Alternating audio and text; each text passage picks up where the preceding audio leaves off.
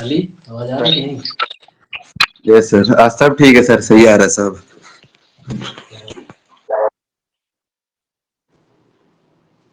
दिख रहा है? यस सर, दिख रहा है सब। कौन कौन जुड़ गया है? रुक जाओ, देख लेंगे मिनट।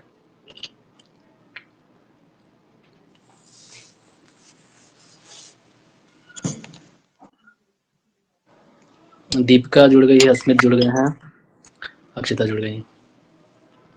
दीपिका, आवाज आ रही है? Yes sir. अच्छा, ठीक है, चलो तो शुरू किया जाए फिर। सब लोग अपना म्यूट लगा लो, बाकी क्लास में स्टार्ट करो। कोई दिक्कत आएगी तो बीच में पूछ लेना है। चलो ठीक है, तो देखो फिलहाल के लिए आज जो है आपका केमिस्ट्री का पहला चैप्टर जो है सॉल्यूशन 1 शॉर्ट में मैं खत्म करने वाला हूँ। पूरा चैप्टर में पढ़ा के आज फिनिश कर दूंगा, ठीक है। और उसके बाद में आपका जो डाउट आउट रहेगा तो आप वो पूछ सकते हो, लेकिन इस चैप्टर के बाद, ठीक है। वो नेक्स्ट वाले हम थोड़ा ले लेंगे डाउट सेशन, 10-15 मिनट का डाउट सेशन हो जाएगा। अपने डाउट भेज देंगे, व्हाट्सएप ग्रुप बना लेंगे, चाहे उसको भेज देना या तो फिर हमें पर्सनल भेज देना, जैसा भेजना होगा भेज देना, मैं उसको क्लियर करा दूंगा। फिलहाल के लिए सॉल्यूशन चैप्टर पढ़ाने जा रहा हूँ 1 शॉट के अंदर, है ना, क्लास 12 के लिए। एकदम आराम से अपना नोट्स बनाओ, शुरू करेंगे शुरुआत से, जो चीजें बताता जाऊंगा नोट करते जाना। तो सॉल्यूशन चैप्टर में सबसे पहले तो हम थोड़ा सा इंट्रोडक्शन ले लेते हैं ना, कि सॉल्यूशन क्या होता है, थोड़ा समझना है। उसके बाद फिर इसके भी ये थोड़ा सा फिजिकल केमिस्ट्री का पार्ट है तो न्यूमेरिकल वगैरह आएगा, वो थोड़ा ध्यान देना है। तो सॉल्यूशन में हमारे पास सॉल्यूशन कब बनता है कि इसमें दो चीजें होती हैं, एक तो होता है सॉल्यूट और एक होता है सॉल्वेंट। अब इन दोनों को समझो पहले ध्यान से। सॉल्यूट जो होता है वो कम अमाउंट में होता है, जिसका अमाउंट कम होता है ना, इसका लेसर अमाउंट जो होता है मतलब जिसका अमाउंट थोड़ा सा होता है। और जो सॉल्वेंट होता है इसका अमाउंट ज्यादा होता है, ठीक है, एक्सेस अमाउंट होता है इसका, एक्सेस अमाउंट। जनरली मैं ये बोल दूं कि जो सॉल्यूशन है, जैसे तुम ऐसे समझ लो कि मान लो तुम पानी की बोतल में है ना, या गिलास ले लो ऐसे, उसमें पानी डाल लो, तो पानी ज्यादा है और इसमें तुमने मिला दिया नमक, ठीक है, सॉल्ट। तो सॉल्ट ज्यादा तो मिलाओगे नहीं, इसमें थोड़ा सा मिलाओगे, तो सॉल्ट आपका हो गया सॉल्यूट, और जो आपका पानी से मिक्स है ये आपका हो गया सॉल्वेंट, ठीक है। यानी तुम ऐसा समझो जिसका अमाउंट कम होगा वो सॉल्यूट, जिसका अमाउंट ज्यादा होगा वो सॉल्वेंट। बेसिक सी बात है। अगर सॉल्यूट और सॉल्वेंट को मिक्स कर दो तो तुम्हारा सॉल्यूशन तैयार हो जाएगा, ठीक है। तो ये सॉल्यूशन बन गया। तो अब कहानी आती है कि इसमें हमें इन सब के बारे में जानना क्या है, खास चीजें न्यूमेरिकल में बात क्या आती है वो समझो पहले। तो सॉल्यूट और सॉल्वेंट का तुम्हें मोल निकालना सीखना है। मोल, तो पहले मैं मोल सिखा दूं, मोल कैसे निकालोगे। सारी बात मोल पे डिपेंड करेगी इस चैप्टर के अंदर, ठीक है। तो मैं इसको मिटा के तुम्हें पहले समझा रहा हूँ। कोई नोट कर रहा होगा तो बीच में बोल देगा, थोड़ी देर के लिए रुकूंगा, है ना, बाकी साथ साथ में चलाते जाओ क्योंकि 1 घंटे में सब कवर करना है। तो देखो मोल निकालना सीख लो। मोल कैसे निकालते हैं, मोल जो होता है जितना भी ग्राम दे रखा हो किसी चीज का, उसके मॉलिक्यूलर वेट से डिवाइड कर दो, बस मोल निकल आएगा। और यही मोल आपके इस चैप्टर में है। जैसे मैं कहूँ 18 ग्राम वाटर में कितने मोल्स होंगे, तो आप पहले मॉलिक्यूलर वेट निकालना सीख लो, ठीक है। जो ग्राम दे रखा है यहाँ ऊपर रखोगे और मॉलिक्यूलर वेट यहाँ रख दोगे। जैसे मैं यहाँ कुछ लिख दे रहा हूँ, जैसे वाटर का जो मॉलिक्यूलर वेट होता है वो 18 होता है। इस चैप्टर में जो है मैं वही बता दे रहा हूँ, ठीक है। और एक होता है जैसे मान लो अपने पास C12H22O11, यह है सुक्रोज। इस चैप्टर में इसका नाम होता है सुक्रोज या सुगर। इसका होता है 342, इसको रट्टा मार लो सब लोग, ठीक है। और एक है C6H12O6 जिसको बोलते हैं ग्लूकोज। तो ग्लूकोज होता है 180, ठीक है, 180, ये रख लो।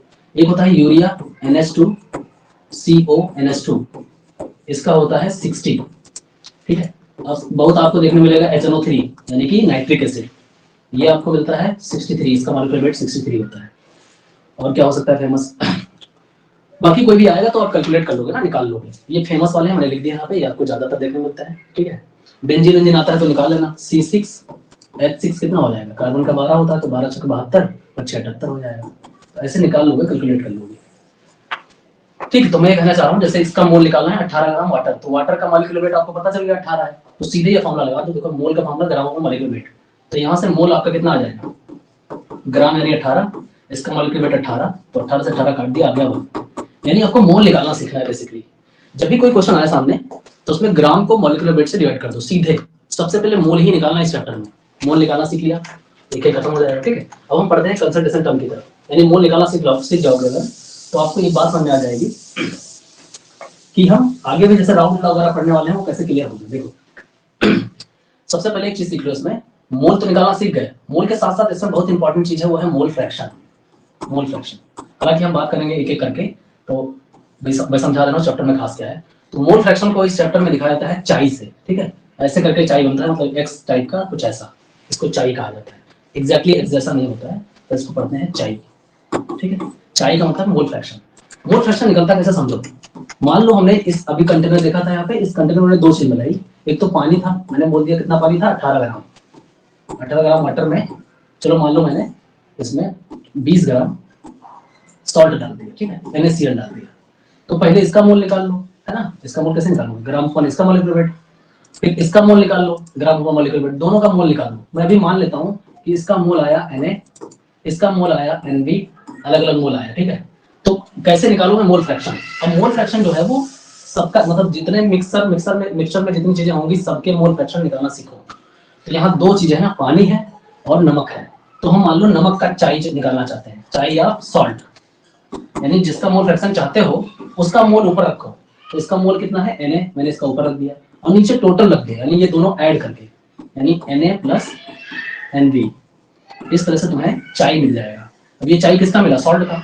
अगर मैं चाहता कि चाय आप वाटर बताओ क्या होगा, जिसका मुझे चाय निकालना है, चाय मतलब मोल फ्रैक्शन, उसका मोल ऊपर रखो। अब की बार वाटर का निकालना है तो वाटर का क्या है Nb है, उसको ऊपर रखो और नीचे टोटल रखो Na प्लस Nb, समझे। तो इस तरह से चाय निकालना सीख लो, क्योंकि इसमें चाय की जरूरत बहुत पड़ेगी, मोल फ्रैक्शन की जरूरत बहुत पड़ेगी, ठीक है। तो ये मोल फ्रैक्शन की वाली बात होगी। तो ये अब इसमें थोड़ी सी और बात करें, ये समझ में आ गई बात की नहीं, ये वाली बात समझ में आई। आपको सीधे पहले मोल निकालना है, ठीक है, मोल निकालना सीख लो।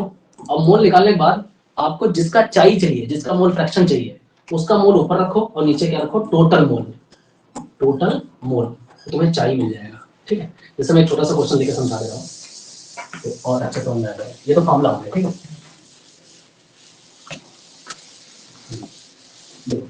जैसे मान लो अपने पास हमने बोल दिया कि 18 ग्राम पानी डालना है मैंने, ठीक है, प्लस चलो 360 ग्राम ग्लूकोज मिक्स किया है मैंने, ग्लूकोज मतलब C6H12O6, प्लस चलो 342 ग्राम हमने इसमें चीनी भी मिला दिया है, C12H22O11।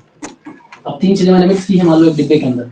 अब मैं आपसे चाय पूछ रहा हूँ किसका, मुझे चाय बताओ ग्लूकोज का, यानी C6H12O6, इसका चाय कैसे निकलेगा। सबका पहले मोल निकालो, सबसे पहला काम मोल निकालो। मोल कैसे निकलता है, ग्राम अपॉन मॉलिक्यूलर वेट। चलो मैं यहाँ निकालता हूँ मान लो, ठीक है। तो इसका ग्राम 18 है, इसका मॉलिक्यूलर वेट होता है 18, कितना मोल आ गया 1 मोल, ये लिख लिया मैंने। इसका मोल निकालो, तो ग्राम इसका 360 है, ये ग्राम है, ठीक है। और इसका कितना मॉलिक्यूलर वेट अभी बताया पीछे 180, 180 से डिवाइड कर दो, कितना मोल आएगा 2 मोल आएगा। इसका निकालो 342 ग्राम है, डिवाइड बाई शुगर कभी पीछे लिखाया है मॉलिक्यूलर वेट कितना 342, तो कितना आ जाएगा 1 आ जाएगा। यानी सबसे पहला काम है मोल निकालना। हमने सबका मोल निकाल लिया। अब मैं जिसका चाय पूछूंगा ना उसका मोल ऊपर रखो। हमने किसका चाय पूछा, हमने पूछा है ग्लूकोज का, तो ग्लूकोज का मोल कितना है 2, उसको ऊपर रख दो, नीचे टोटल रख दो, टोटल कितना होगा 1 2 3, 3 1 4, ये आ जाएगा। इसको काट दो, 2 1 2 2 4, यानी 1/2 आ जाएगा। अब जिसका चाय चाहते हो उसका चाय ऐसे निकाल सकते हो। मैं कहूँ चाय आप मुझे वाटर निकाल के दिखाओ, ठीक है। तो चाय आप वाटर निकालोगे तो इसका मोल ऊपर रखो 1 और नीचे टोटल कितना रखोगे 4, 1/4 आ गया, ठीक है। तो जिसका चाय चाहिए, सर एक बार फिर बता दीजिए सर जरा। फिर से बता दें, हम ये कह रहे हैं मोल निकाल लोगे कि नहीं। मोल मतलब कि जो ग्राम दे रखा है मॉलिक्यूलर वेट से डिवाइड कर दो। मोल देख कैसे निकले, ग्राम ग्राम तो दे रखा है ना साफ साफ सामने, इस ग्राम को ऊपर रखो और इसका मॉलिक्यूलर वेट मैंने अभी लिस्ट लिखाई है, वो लिस्ट में वो तुम्हें याद रखनी पड़ेगी थोड़ी सी, और नहीं याद कर पाओगे तो निकालना सीख लेना, मैं बता देंगे। कार्बन का याद कर लो 12 होता है, हाइड्रोजन का 1 होता है, ऐसे करके कैलकुलेट कर सकते हो। बाकी याद कर लो तो ज्यादा अच्छा है, ठीक है। तो होगा क्या, जिसका हमें चाय यानी मोल फ्रैक्शन चाहिए उसका मोल ऊपर रखो। हमने बोला था चाय आप किसका चाहिए, ग्लूकोज का, तो ग्लूकोज का मोल कितना आया 2, वो मैंने ऊपर रखा। और नीचे टोटल रखो, टोटल मतलब 1 2 1 3 और 1 4, नीचे टोटल रख दिया, काट पीट 2 आ गया। ऐसे मैंने पानी का पूछा तो पानी का मोल कितना आया 1, 1 ऊपर रखा, नीचे टोटल रखा, टोटल कितना है वही 4, है नहीं। चलो अली तुम खुद बताओ मुझे कि मैं तुमसे पूछ रहा हूँ कि चाय आप C12H22O11 कितना आएगा। सब लोग बोल सकते हैं, सब लोग बोल सकते हैं। सभी लोग बताओ जल्दी,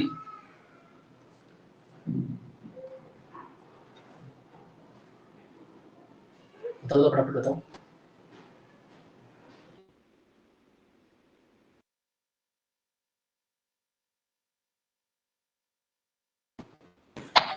सर 1/4 जिसका हाँ 1/4 बिल्कुल सही। इसका मोल कितना है और टोटल कितना है 4 1/4 बस ऐसे ही। ये बात ध्यान रखो ठीक है, इस तरह निकाला जाता है।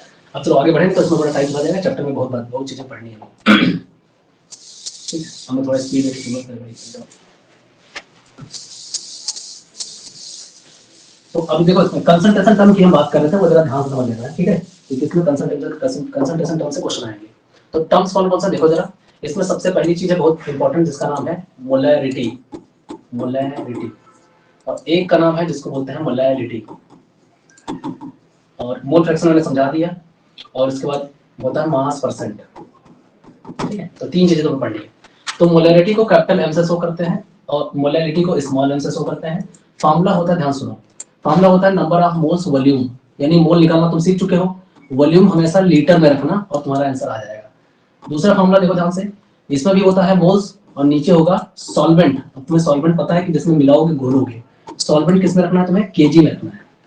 तो सीधे बोल सकते हो कि अगर मोल्स को हम लीटर में घोलें तो मिलेगी मोलैरिटी, मोल्स को अगर हम केजी में घोलें और सॉल्वेंट होना चाहिए तो सॉल्यूशन है ठीक है। ये लीटर पूरा सॉल्यूशन होगा, इस बात को ध्यान देना ठीक है, ये सॉल्यूशन है पूरा, यानी कि इसमें सॉल्वेंट और सॉल्यूट और सॉल्वेंट दोनों मिला होगा, लेकिन यहाँ पे सिर्फ सॉल्वेंट है। जैसे मिलाते हो तो जो मिलाते हो सॉल्यूट होता है और जिसमें मिलाते हो वो सॉल्वेंट होता है। तो ऊपर वाले में दोनों मिक्सचर है, क्या हुआ, मोल्स को एन से रिप्रेजेंट करते हैं क्या? हम मोल्स को एन से रिप्रेजेंट करते हैं बिल्कुल ठीक है। मोल जब भी निकालोगे, मोल कैसे निकालोगे, मैंने बताया कि n equals to gram upon molecular weight ये होता है। तो मोल्स को m से शो करते हैं, मोल फ्रैक्शन को चाई से शो करते हैं, मोलैरिटी को कैपिटल M से शो करते हैं, मोलैलिटी को स्मॉल m से शो करते हैं ठीक है भाई। और देखो चलो अब मास परसेंट जरा ध्यान से समझ लो। मास परसेंट क्या होता है कि ये तीन टाइप का होता है, एक होता है W/W, एक होता है W/V और एक होता है V/V। तीन कैटेगरी इसको ध्यान से समझो V/V, ये परसेंट। अब यहाँ पे समझने वाली बात है कि ये इसमें हम पता क्या कर पाएंगे, ध्यान सुनना। ऊपर वाला हमेशा तुम सॉल्यूट मानोगे और नीचे वाला हमेशा तुम सॉल्यूशन मानोगे, ध्यान देना इस चीज को। ऊपर वाला हमेशा इस केस में ऊपर वाला हमेशा सॉल्यूट, नीचे वाला हमेशा सॉल्यूशन मानोगे ठीक है। अब जो ऊपर वाला है वो सॉल्यूट रहेगा, तुम ध्यान देना अगर W है तो तुम ग्राम बोलोगे, अगर V है तो ml बोलोगे। जैसे मैं इसमें कहूं कि मैंने बोल दिया 5% मान लो HCl मैंने बोला, तो इससे तुम कौन सी बात निकाल सकते हो, इससे तुम कहोगे कि सर 5% हमारा क्या हो जाएगा, 5% बोल दिया ना तो दोनों में W लिखा हुआ है, W का मतलब ग्राम, मतलब 5 ग्राम तुम्हारा W है का क्या है सॉल्यूट, कहोगे 5 ग्राम क्या है सॉल्यूट है। और नीचे हमेशा ध्यान रखो 100 मानोगे, 100 तो 100 ग्राम तुम्हारा क्या है सॉल्यूशन। ग्राम क्यों बोल रहा हूँ क्योंकि W लिखा हुआ है, तो 100 ग्राम तुम्हारा क्या है यहाँ पे सॉल्यूशन है। इससे ये चीज निकाल लोगे हमेशा। जैसे मैं तुमसे कहूँ यहाँ बताओ जरा कि 5 W/W परसेंट क्या W/V है इस बार ठीक है। इसका मतलब क्या हुआ, इसका मतलब 5 ग्राम, W मतलब ग्राम, 5 ग्राम सॉल्यूट है, ऊपर हमेशा सॉल्यूट 5 ग्राम सॉल्यूट है और नीचे B आ गया तो B को तुम कहोगे ml। जब W होगा तो कहोगे ग्राम, V होगा तो कहोगे ml ठीक है। तो ये नीचे तो सॉल्यूशन होगा ना, तो इस बार क्या होगा 100 ml सॉल्यूशन। अब इसमें ध्यान से देखो यहाँ दोनों में V आ रहा है, 5% अगर V/V लिखा है इसका मतलब ये भी ml, ऊपर वाला भी ml में है, यानी इस बार 5 ml तुम्हारा क्या है सॉल्यूट है और नीचे 100 ml तुम्हारा सॉल्यूशन है। ये सब बातें ध्यान रखोगे ना, न्यूमेरिकल करने में बहुत मजा आएगी, तो ये अच्छे से समझ लो इसको। इसमें कोई डाउट दिक्कत किसी को, इसमें किसी को कोई डाउट बताओ फिर आगे बढ़े फटाक से। ठीक है डन, दीपिका सही है, ओके है।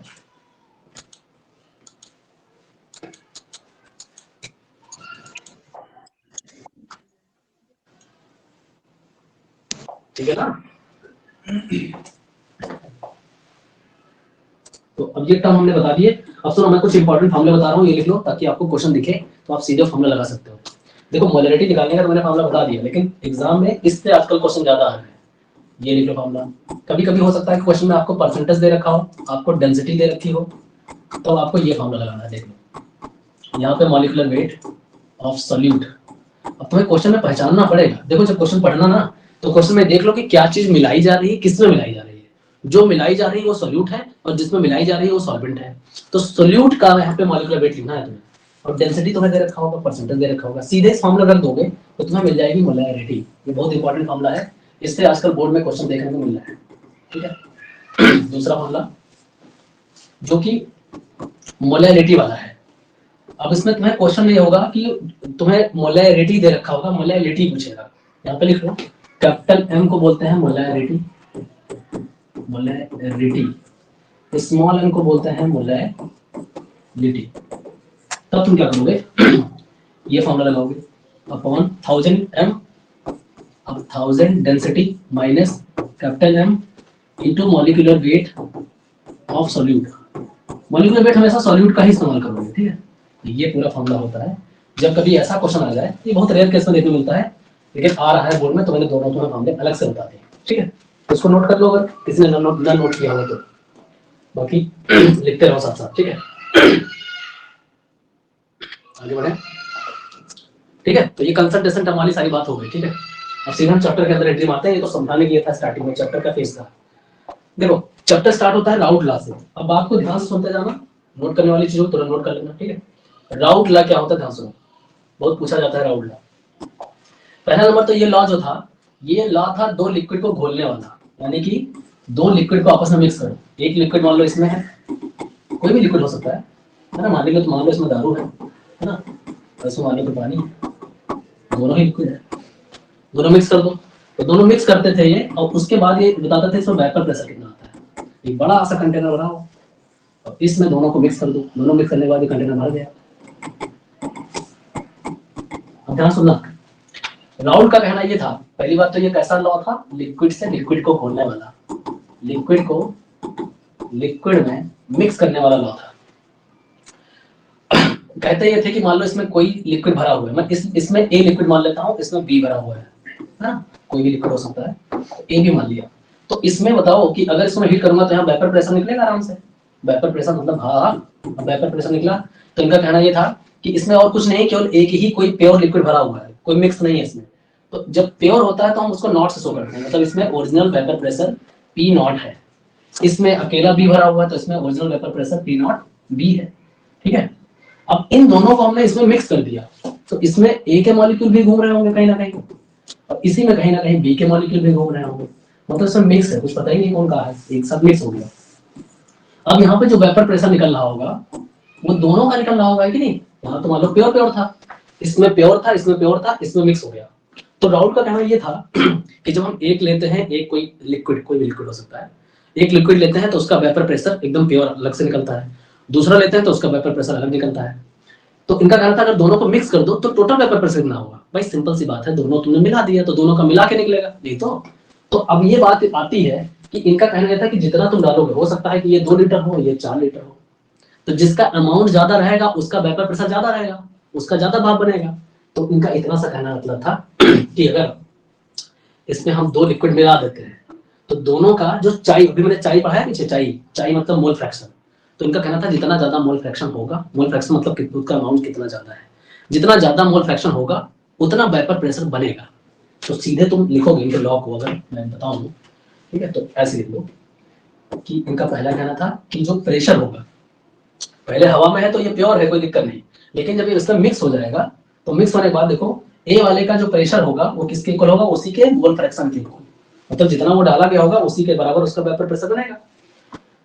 दूसरा उन्होंने बोला बी वाले का वेपर प्रेशर उसी के चाई के बराबर होगा, ठीक है, यानी कि partial pressure of a liquid A is directly proportional to the partial, क्या बोलते हैं इसको, mole fraction of liquid A. Partial pressure of B is directly proportional to the mole fraction of B, मतलब तुम जितना जो डालोगे उसका मोल फ्रैक्शन जितना होगा उतना ज्यादा वेपर बनेगा। उन्होंने ये बात बताई थी, यही है तुम्हारा राउट लॉ। अब इसको उन्होंने थोड़ा एक्सपेंड किया, तो इसको मैं थोड़ा अगले पेज पे लेके समझा देता हूँ, ठीक है। इन दोनों को उठा लो, सुनना है ना, अरे काफी अजीब सा करा गया। कौन सा गलत है ये वाला? ये था आई थिंक। ठीक, तो देखो इनका कहना था कि अगर एक लिक्विड हमने डाला तो वो डायरेक्टली प्रोपोर्शनल उसी के चाय के बराबर जितना वो डाला मैंने, और दूसरा वाला जो हम डालेंगे तो उसके उसी के डायरेक्टली प्रोपोर्शनल। अगर हम 3 डाल देंगे तो तीसरा वाला भी तुम लिख सकते हो पीसी, क्या हो जाएगा, चाय सी हो जाएगा। तो जो डालोगे उसी के चाय, चाय मतलब मोल फ्रैक्शन के डायरेक्टली प्रोपोर्शनल होगा, इनका कहना था। तो इन्होंने 2 को बताया था तो 2 को मैं समझा दे रहा हूँ। तो इसको सॉल्व किया इन्होंने आगे, इसको प्रोपोर्शनल हटाओ, मैं दोनों इधर ले लेता हूँ, ठीक है। एक इधर ले लो और एक इस साइड ले लो, इधर पी भी ले लो, चाय भी। इन्होंने बोला इसको हटाओ तो एक प्रोपोर्शनल लगाओ। अब प्रोपोर्शनल जो लगा था वो उसका ओरिजिनल वाला वेपर प्रेशर, पी का ओरिजिनल क्या था, पी नॉट ए चाय ए। इन्होंने एक क्वेश्चन बनाया। ऐसे यहाँ भी प्रोपोर्शनल हटाओ और वहां पे उसी का ओरिजिनल वाला यानी पी नॉट बी चाय बी लिखो। Equation number 2। अब एक ही कंटेनर में तुमने दोनों घोल दिया है तो दोनों को ऐड कर दो, टोटल वेपर निकल आएगा। तो टोटल प्रेशर कितना आएगा भाई, यही तो आएगा कि पी ए को पी ए से क्या करो, पी बी से ऐड कर दो। इसका मतलब पी टोटल तुम्हारा निकल के आ जाएगा क्या, देखो पी ए क्या है, ये है P naught A chi A plus P naught B chi B. ये इनका कहना था और यही है राउंड लॉ। ठीक है, और राउंड लॉ का ग्राफ कैसे बनेगा, जरा ग्राफ बना लो फटाक से। देखो ऐसा ग्राफ बनाओ, बिना सोचे समझे, कोई टेंशन नहीं। देखो एक इधर से खींच दो, एक इधर से खींच दो, स्ट्रेट स्ट्रेट, और इन दोनों को मिक्स कर दो। ये वाला जो गया हो मान लो ये पी ए है, ये वाला जो गया होगा ये पी बी है, ठीक है, पी बी है, और दोनों मिल गया तो ये बीच में आ गया। तो टोटल यहाँ हो जाएगा P total equals to P A plus P B, P A plus P B. ठीक है, ये होता है राउंड लॉ। समझ में आया? ठीक है, बढ़िया। आगे किसी को कोई डाउट बताओ।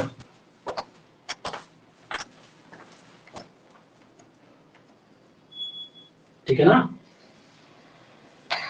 सर ये पीटी क्या है सर? पीटी मतलब टोटल प्रेशर कितना हो गया ना पूरे डिब्बे का। देखिए डिब्बे में तुमने 2 चीज मिला दी है तो पूरे डिब्बे का प्रेशर कितना होगा, दोनों को ऐड कर देंगे ना, पहले वाले का लिक्विड दूसरा वाले लिक्विड का प्रेशर।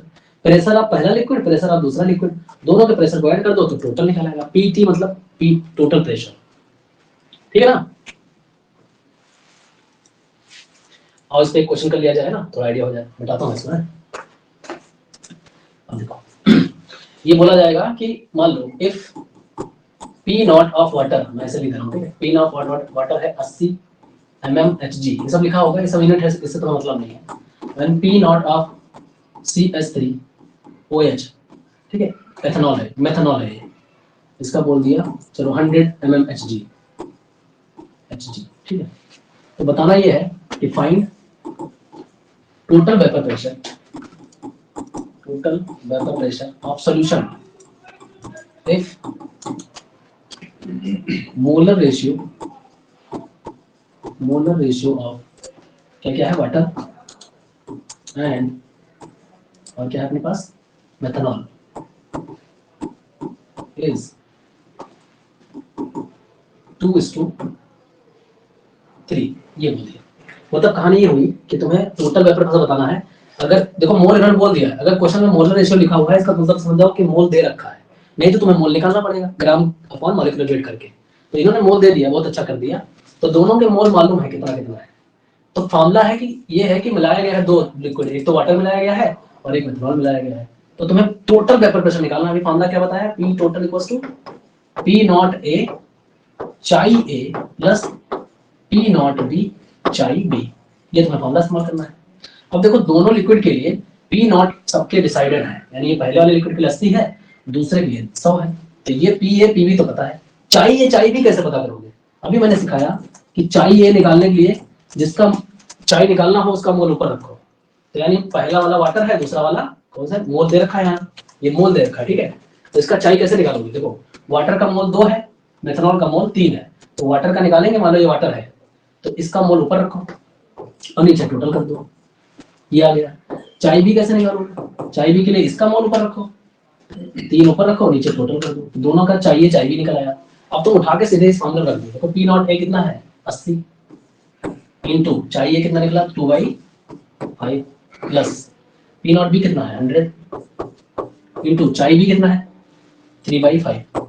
सॉल्व कर दो उसको फटाक से, 16 × 5 = 80, तो 16 दूना 32 यहाँ से हो जाएगा, प्लस 10 काट दो 20 पंचे 100 हो जाएगा, 20 3 60 हो जाएगा। दोनों को ऐड कर दोगे तो 36 92 mmHg हो जाएगा। एक चीज नोटिस करो, 80 mmHg पहले खुद में था, 100 में खुद में था, लेकिन जब दोनों मिल गए तो देखो पूरे सॉल्यूशन का 92 घट गया। दोनों मिलने के बाद कम हो गया होगा, है ना। तो इस तरह से राउट लॉ लगाया जाता है। ठीक है, क्लियर है? चलिए आगे बढ़े।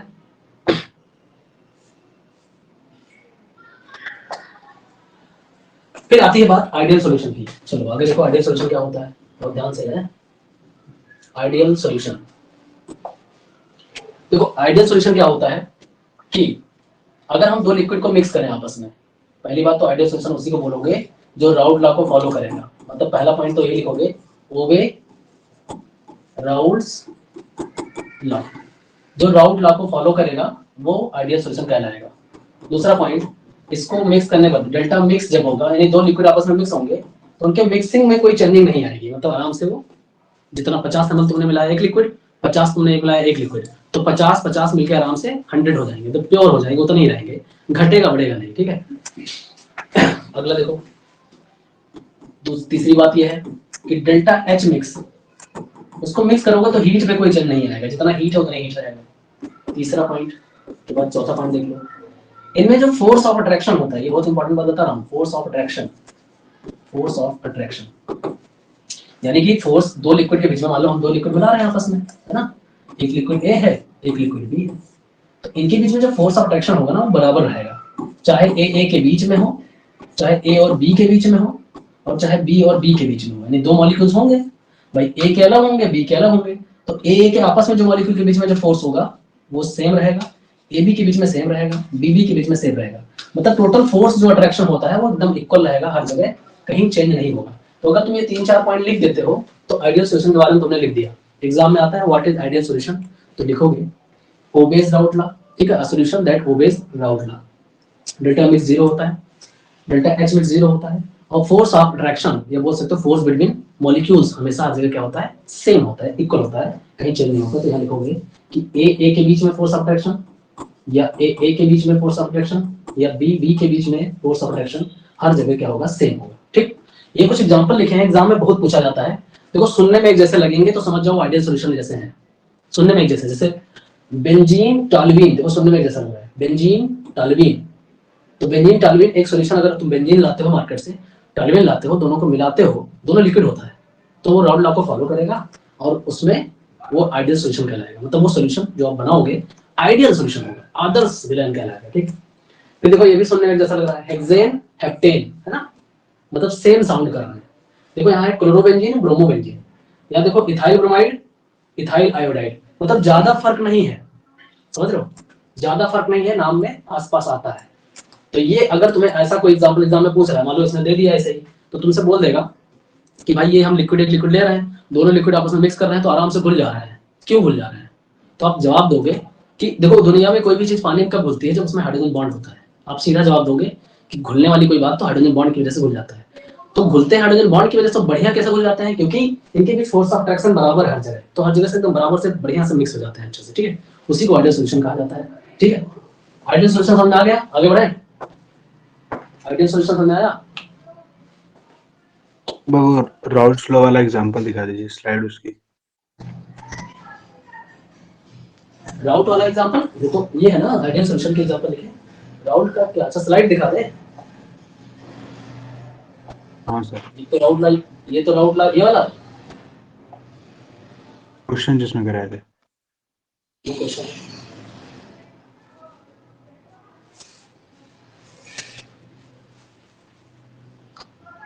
ठीक है। और बाकी क्वेश्चन की प्रैक्टिस के लिए देखो बता दूं, यहाँ पे वन शॉट है तो वन शॉट में मैं कॉन्सेप्ट सिखा दूंगा, कुछ क्वेश्चन डिस्कस कर दूंगा, आप लोग प्रैक्टिस के लिए मैं आपके लिए, अब देखो अलग से थोड़ी मेहनत करनी पड़ेगी। एक लेक्चर 40 मिनट का मैं बनाऊंगा अलग से यूट्यूब पे, वो उसको यूट्यूब पे जाके देख लेना तुम आराम से रिकॉर्डेड में, वो भी वन शॉट पे रहेगा, उसमें सिर्फ क्वेश्चन रहेंगे। क्वेश्चन प्रैक्टिस कर लोगे तो चैप्टर स्ट्रांग हो जाएगा ना, बाकी कॉन्सेप्ट सीखते रहो। चलो आगे हम लोग आ गए हैं आइडियल सॉल्यूशन। ठीक, क्या नाम है इसका, परी समझ में आ रहा है बेटा तुमको, आवाज आ रही है कि नहीं?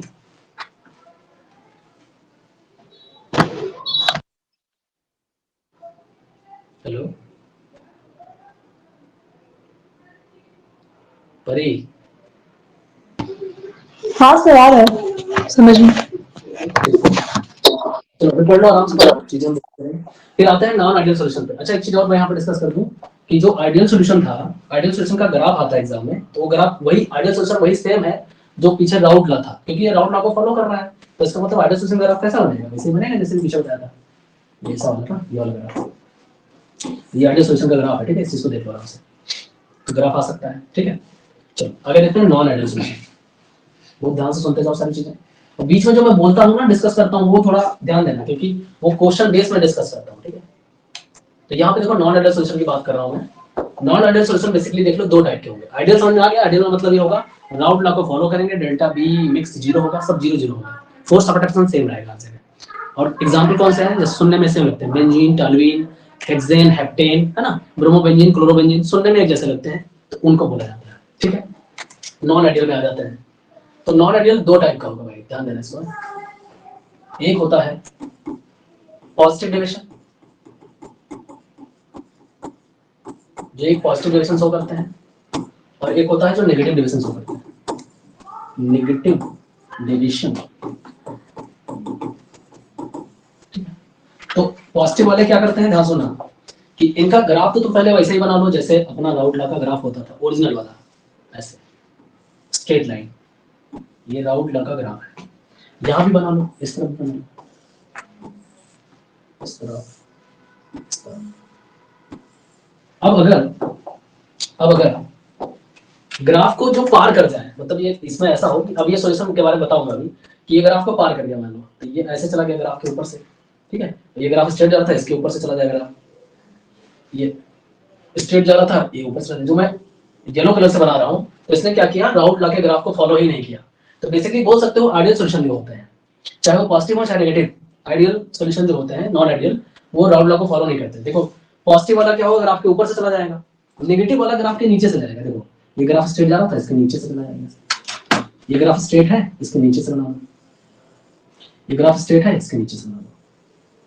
अब देखो पॉजिटिव डेविएशन वाले क्या करेंगे कि ग्राफ को क्रॉस कर जाएंगे, नेगेटिव वाले ग्राफ को क्रॉस नहीं करेंगे, नीचे चले जाएंगे। बात ये हुई, इसका वेपर प्रेशर बढ़ गया, मतलब होता ऐसा ना, देखो कोई लिक्विड ऐसे भी तो होता है ना कि मान लो हमने कोई एसिड में पानी डाला या पानी में एसिड डाला, तो बहुत तेजी से भाप बनता है, बहुत तेजी से वेपर निकलता है। तो उस केस में ये हुआ कि वेपर प्रेशर बहुत तेजी से बाहर निकला। कुछ में ऐसा होता है वेपर प्रेशर निकलता है एकदम नीचे गिर जाता है। तो ये दो टाइप के सॉल्यूशन होते हैं। तो ऐसे सॉल्यूशन, अब ये सुनना है यहाँ पे, मैं इसको कैटेगराइज कर दे रहा हूँ। तो पहले मैं पॉजिटिव वाली बात बता रहा हूँ, क्योंकि पॉजिटिव में क्या क्या केस हो सकता है। पहला केस तो ये लिखोगे कि डू नॉट फॉलो, दोनों नहीं फॉलो करते, do not obey route law, ये राउट्स लॉ को फॉलो नहीं करते, ठीक है, और ये भी फॉलो नहीं करता है। दूसरी चीज, इसमें डेल्टा बी जो होगा, अब क्योंकि पॉजिटिव है, इसका नाम ही पॉजिटिव है, और ये भी ये नेगेटिव है ना, तो जो पॉजिटिव है, पॉजिटिव मतलब ये होगा कि इसका जो बी होगा डेल्टा बी, वो जीरो से बड़ा होगा, ठीक है, पीछे जीरो आया था, इसका डेल्टा मिक्स बी मिक्स होगा, वो थोड़ा सा जीरो से बड़ा होगा। तीसरा पॉइंट, जो डेल्टा एच होगा वो भी बड़ा होगा, मतलब सब बड़ा बड़ा कर दो, ठीक है। फोर्थ नंबर पे आ जाओ, फोर्थ नंबर पे फोर्स की बात हो, ध्यान देना, यहाँ फोर्स में बड़ी दिक्कत होती है। ऐसे लिक्विड जो पॉजिटिव डेविएशन शो करते हैं, जरा सोचो कि अगर उनको मिक्स करेंगे तो उनके बीच में फोर्स बढ़ेगा कि फोर्स घटेगा, उनके मॉलिक्यूल के बीच में, कोई मुझे जवाब दे इसका, जल्दी बताओ। अगर ये ग्राफ के ऊपर चला गया, वेपर प्रेशर बढ़ गया, तो उनके फोर्स से, मान लो दो लिक्विड लिए थे हमने, यहाँ पे दो लिक्विड बना दें इस तरह, ये मान लो हमने इसमें दो लिक्विड भर दिए, एक ए भरा है और एक बी भरा है, तो ए और ए के बीच में फोर्स होगा, यानी ए के मॉलिक्यूल्स के बीच में फोर्स होगा। फिर ए के मॉलिक्यूल बी के साथ भी फोर्स वो बनाएंगे, मॉलिक्यूल के साथ एक बॉन्ड बनाएंगे, और बी और बी के बीच में तो है ही है। तो फोर्स ऑफ क्या होगा इनके बीच में, क्या फोर्स बढ़ेगा या घटेगा? घटेगा सर, बढ़ेगा सर। सर फोर्स बढ़ेगा। बस यही गलती होती है। देखो पॉजिटिव नाम है, इसका मतलब ये नहीं फोर्स बढ़ेगा। अगर फोर्स बढ़ गया तो फिर वो वेपर बनेगा नहीं जल्दी। अगर फोर्स स्ट्रांग है किसी चीज का, तो वेपर कहाँ बनेगा, वेपर मतलब भाप कहाँ बनेगा, टूटना ही नहीं चाहेगा, फोर्स वीक हो जाता है, तभी तो ये ऊपर निकल गया, वेपर क्रॉस कर गया। तो पॉजिटिव वाले में ध्यान रखना, नाम से ना डिसाइड करना, पॉजिटिव वाले में फोर्स डिक्रीज हो जाता है, ठीक है भाई, फोर्स उनके में डिक्रीज हो जाता है, आपस में कमजोर पड़ जाता है, फोर्स ऑफ अट्रैक्शन कमजोर हो जाता है। एग्जाम में ऐसे भी क्वेश्चन पूछे जाते हैं कि अगर हम अभी मैं एग्जांपल बताऊंगा आपको कि इसके कौन से एग्जांपल है, नेगेटिव वाले कौन से एग्जांपल है। तो एग्जांपल एक नोट करके लिख लो सब लोग, इसको बहुत इंपॉर्टेंट है ये, इसको नोट डाउन करो अलग से कि इसके एग्जांपल जरूर रट्टा मारोगे, क्योंकि एग्जांपल आपको जरूर मिलेंगे एग्जाम में। इसके एग्जांपल आते हैं, आपसे पूछा जाता है कि मान लो हमने पानी को, जैसे एग्जांपल में दे रहा हूँ, पानी में अगर तुम एसिड अल्कोहल डाल दो, ठीक है, एसिड डाल दो, सॉरी पानी में एसिड डाल दो, ठीक है, तो उस केस में क्या होगा कि वो पॉजिटिव डिविजन शो करेंगे और ये ग्राफ को क्रॉस कर जाएंगे। तो इसका मतलब ये हुआ कि वो क्रॉस क्यों कर गए, इसका मतलब ये हुआ कि उनके बीच में फोर्स ऑफ अट्रैक्शन क्या है, कमजोर है, इस वजह से ऐसा हुआ। ठीक है, इस वाले केस में फोर्स ऑफ अट्रैक्शन बढ़ गया, इस वजह से ग्राफ नीचे चला गया, नहीं वेपर प्रेशर बनने ही नहीं पाया। तो इस केस में सारी कहानी घुमा दो, ठीक है, तो यहाँ फोर्स ऑफ अट्रैक्शन घटेगा इस वाले केस में। तो पहला पॉइंट तो वही रहेगा कि ये राउल्ड लॉ को ये भी फॉलो नहीं करेगा, ये भी राउल्ड लॉ को फॉलो नहीं करता है। दूसरा, इसका डेल्टा मिक्स उल्टा कर दो, डेल्टा बी क्या होगा, लेस देन 0। तीसरा, इसका डेल्टा एच मिक्स क्या होगा, लेस देन 0। ठीक है, इसमें फोर्स ऑफ अट्रैक्शन बढ़ जाएगा, ए के बीच में, ए बी के बीच में फोर्स ऑफ अट्रैक्शन बढ़ जाएगा, इस वजह से ये वेपर नहीं बन पाते। ये बात क्लियर हुई? क्लियर है ना ये? ठीक है, किसी को कोई डाउट दिक्कत?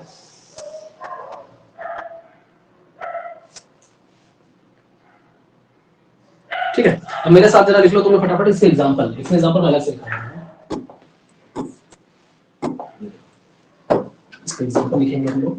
पहले तो मैं पॉजिटिव डिविजन के सारे लिखा दे रहा हूँ, और ये याद जरूर कर लेना क्योंकि आपको सीधे एग्जाम में पूछता है कि 1 मार्क्स में आता है कि कौन पॉजिटिव डिविजन शो कर रहा है, कौन नेगेटिव शो कर रहा है। ठीक है, देखो पहली बात तो ये देख लो कि अगर कोई भी अल्कोहल पानी में डाला जाएगा तो वो पॉजिटिव डिविजन शो करता है। ठीक है, ये पहला हो गया आपका। दूसरा आपका है CCl4, बहुत फेमस है CCl4, कार्बन टेट्राक्लोराइड। ठीक है, ये आपको दिख जाए तो ये पॉजिटिव डिविजन ही शो करता है, इसको देख लोगे तो गलती से कहीं भी दिख जाए तो तुरंत पॉजिटिव डिविजन ही बोल देना इसको। ठीक है, CCl4 अगर बेंजीन में डाला गया है या पानी में कहीं भी डाला गया है तो CCl4 पॉजिटिव शो करेगा। ठीक, तीसरा लिख लो यहाँ पे, तीसरा मतलब बेसिकली मैं बता दूं यहाँ पे पॉजिटिव डिविजन के लिए ये हो गया। हाँ, ये बड़ा फेमस है, इसको याद कर लो, ये थोड़ा सा एक्सेप्शन है ना। एसीटोन को अगर हम बेंजीन में डालते हैं ये पॉजिटिव डिविजन शो करता है। अभी तुम इसको नेगेटिव में भी देखोगे एसीटोन को, लेकिन वो किसी दूसरी चीज में घुलेगा, तो ये थोड़ा इंपॉर्टेंट है, इसको याद कर लो, बहुत पूछा जाता है।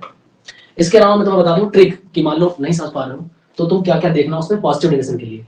एक तो तुम देखना CCl4 नजर आ जाए तो पॉजिटिव डिविजन, ठीक है। दूसरा CS2 नजर आ जाए तो पॉजिटिव डिविजन, ठीक है। और या फिर अल्कोहल नजर आ जाए। ये 3 चीज तुम नोटिस कर लो अपने माइंड में, ये तीनों में से कोई भी एक चीज नजर आ जाए, वो कह दें कि भाई एक अल्कोहल है, जैसे देखो अल्कोहल पानी है, तो सीधे पॉजिटिव डिविजन बोलना, उसका ग्राफ ऊपर निकल जाएगा। क्लियर है? ये लिखो फटाफट से, हटाओ इसको, बताओ। हाँ सर। ठीक है, अगला देखो, नेगेटिव वाला लिखो फटाफट से, नेगेटिव डिविजन। ये इसलिए बता रहा हूँ क्योंकि ये बहुत पूछा गया, तुम क्वेश्चन करने बैठोगे तो तुम्हें मिलेगा। ठीक है, जो यूपी वाले बच्चे हैं वो केवल बस क्या करो, विद्या क्वेश्चन बैंक लगा लो और कुछ मत करो, सिर्फ विद्या क्वेश्चन बैंक लगाओ। लेक्चर खत्म होने के बाद सीधे टूट पड़ो उसके क्वेश्चन पे, अगर कोई डाउट दिक्कत हो तो पूछ लेना, ठीक है, पर लगाओ उसको बैठ के चैप्टर खत्म होने के बाद। देखो इसका एग्जांपल लिख लो, इस नेगेटिव में सबसे पहले से देख लेना कहीं एसिड नजर आ जाए, एसिड अगर आ गया तो सीधे नेगेटिव डिविजन में जाएगा ना, एसिड हो गया, या फिर तुम्हें CHCl3 दिख जाए, बड़ा फेमस है, ये दोनों कहीं दिख जाए तो तुम नेगेटिव डिविजन उसको शो कर दोगे। ठीक, या फिर तुम्हें दिख जाए, जब एक्सेप्शन वाला केस था ना, पीछे एसीटोन था, एसीटोन किसमें मिक्स था, बेंजीन में, यहाँ एसीटोन मिक्स रहेगा एनिलीन में, ध्यान देना इसको, इंपॉर्टेंट है ये दोनों में आ रहा है ना, पॉजिटिव नेगेटिव दोनों आ रहा है, पर यहाँ वहाँ एसीटोन किसमें घुला हुआ था, बेंजीन में, यहाँ एसीटोन किसमें घुला हुआ है, एनिलीन में। ठीक, ये ध्यान देना। इसका एक एग्जांपल लिख लो, फिनॉल भी हो सकता है, फिनॉल को एनिलीन में अगर घोला जाए तो ये भी नेगेटिव डिविजन शो करता है। ठीक, ये लिख लोगे। अब मैं एक क्वेश्चन दूंगा, आप लोग बताएंगे हमको, ठीक है, कि ये कौन सा डिविजन है, जरा बताएंगे फटाक से। CH3 COOH प्लस CH3OH, बताओ ये कौन सा डिविजन है, जल्दी बताओ फटाक से, पॉजिटिव कि नेगेटिव?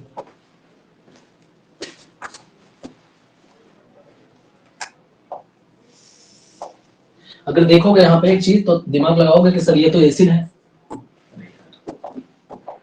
अगर ये तो एसिड है, अगर ये एसिड है तो एसिड के हिसाब से क्या देगा, नेगेटिव, और ये अल्कोहल है, और अल्कोहल क्या देता है? पॉजिटिव। तो डिसाइड कैसे करोगे? अब सुनो यहाँ पे एक चीज, अगर कभी भी ऐसा पंगा आ जाए कि तुम्हें बता दिया, मैंने उस तरह बताया था कि ये CS2 हो या फिर अल्कोहल हो या फिर CCl4 हो तो पॉजिटिव। यहाँ मैंने बताया कि एसिड हो या फिर इसको क्लोरोफॉर्म बोलते हैं, ठीक है, क्लोरोफॉर्म हो, ठीक है, इनमें से कुछ हो तो वो शो करता है नेगेटिव। तो हम डिसाइड कैसे करें इसमें? तब देख लेना कि किसका वेट ज्यादा है। तुम्हें क्या लगता है वेट किसका ज्यादा होगा? इस वाले ज्यादा होगा, जाहिर सी बात है भाई, दो कार्बन है इसमें, दो ऑक्सीजन है, तो इसका वेट ज्यादा होगा ना, इसका कम हो गया। तो जो ज्यादा होगा वो शो करेगा, इसका मतलब ये ओवरऑल क्या शो करेगा? Negative division. क्लियर है ना? चलो आगे बढ़े, देख लेना ध्यान से एकदम अच्छे से। चलो अगला लॉ गया है हेनरी लॉ, बहुत इंपॉर्टेंट लॉ है हेनरी लॉ भी, ध्यान से देख लो हेनरी लॉ क्या होता है। देखो हेनरी लॉ का कहना ये था, सुनो पहले तो था राउंड,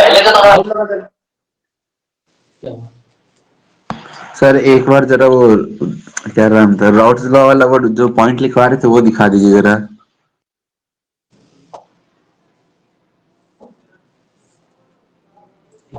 नेगेटिव डिविजन ना, नेगेटिव वाला। नहीं सर, मुझे पॉइंट दिखा रहे थे, do not obey routes law और जो भी था।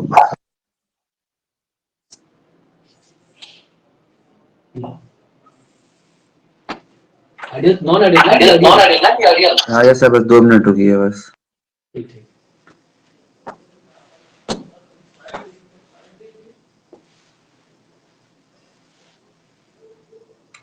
अबे अली स्क्रीनशॉट ले ले, बाद में नोट कर लेना।